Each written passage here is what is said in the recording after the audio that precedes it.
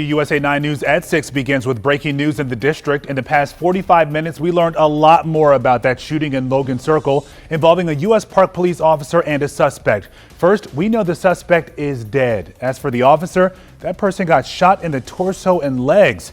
They're currently in the hospital. We have been all over this story since we broke into programming with updates right before the news at 4 o'clock. And tonight we have breaking team coverage to bring you new details on the investigation, as well as what our neighbors are saying about this shooting. We begin near the scene right there along M and 12th Streets in Northwest. Our Leslie Moreno is there live with what led up to this and when we can expect police to release some of that body camera footage. Leslie.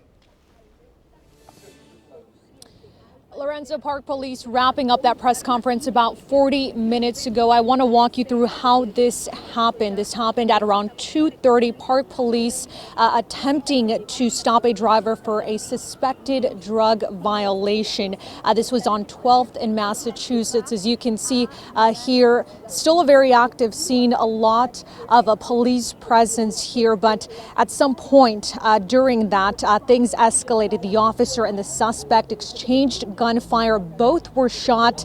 Both rushed to the hospital. We're told the suspect later died at the hospital. The Park Police officer currently is conscious and alert. We are told he was shot multiple times, like you mentioned, in the torso and legs. Park Police also telling us the suspect's weapon was recovered here on scene. The suspect and the officer exchanged gunfire.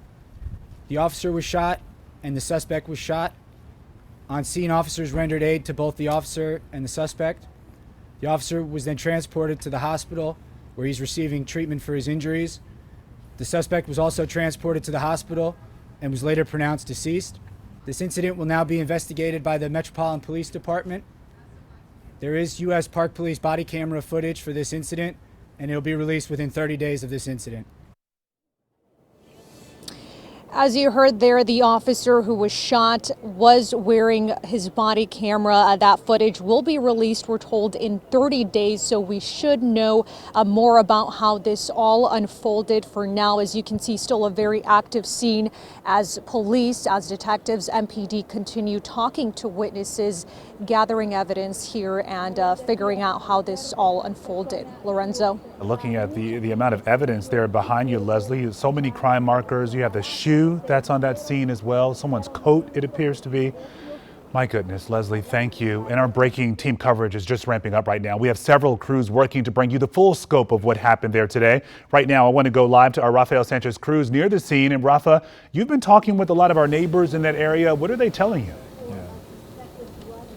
Well, Lorenzo, a lot of people are coming home from work and are finding the scene, and as you can imagine, they are shocked, they are stunned. Again, they are saying that this is a safe neighborhood, but this incident is just another reminder that no neighborhood, no nook in the district is immune to the gun violence that we've experienced this year. That's what they're telling me here tonight. I actually want to show you how some of these cars that were struck by the gunfire are still on the scene, but a woman that we spoke to earlier who has witnessed the entire incident, how this unfolded between the officer and the man, and her car was actually struck by the gunfire. She was able to leave about 10 minutes ago. But another car that is being investigated is that silver Nissan that I mentioned during the 4 o'clock. That's been a key point during this entire investigation. Officers have been on the scene focusing on that car, and of course neighbors have been aware of what's going on. Another woman that we spoke to, she owns this silver car right here. She's telling us it's the day before Thanksgiving. She's trying to get food home to her mother who is waiting